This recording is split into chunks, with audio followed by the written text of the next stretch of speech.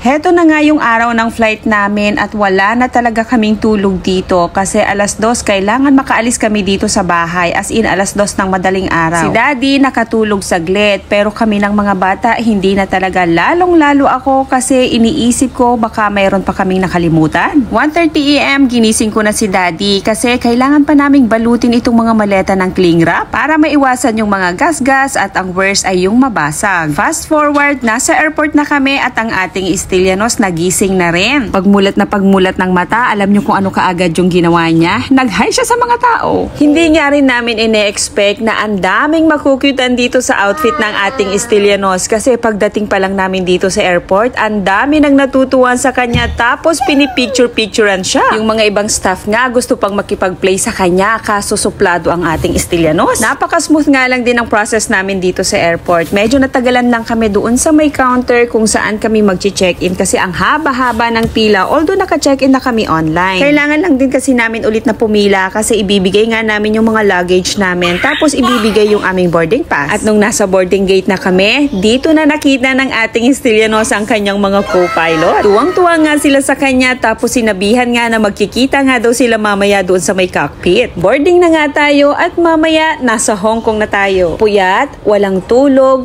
pagod, pero okay lang kasi worth it naman lahat. Niloloko ko nga rin dito yung tatay ko at saka si kuya na kailangan pagdating namin ng Hong Kong, hahalikan nila yung lupa para maulit pa yung pagpunta nila ng ibang bansa. At itong ating Stylianos, kakaupo pa lang namin sa eroplano kung ano-ano na yung ginagawa niya. At para labanan yung pagkainip niya, naglaro muna siya ng kanyang mga monster truck dito sa sahig. Pagka-board kasi namin sa eroplano, hindi kami kaagad nakapag-take off kasi ang daming naglalanding at priority sila kaya kailangan naming mag-antay. Siguro almost 1 hour din ata kaming na-delay. At nung nag-announce na yung pilot na magte-take off na daw kami, si Stylianos, inilagay na namin siya sa kanyang upuan tapos pinapanood na namin siya para tumahimik at hindi siya mangulit. Nagpahawak nga din siya ng kamay sa amin ng Daddy kasi siguro nararamdaman niya yung pagyinig ng eroplano. And after 1 hour ng pag-aantay para makapag-take off, finally, eto na, lilipad na tayo at pupunta na tayo ng Hong Kong. Ang bilis nga lang din ng biyahe namin kasi 2 hours lang naman yung travel time from Manila to Hong Kong. At kagaya nga ng sinabi ng pilot kanina na magkikita nga daw sila nitong ating Stylianos sa may cockpit,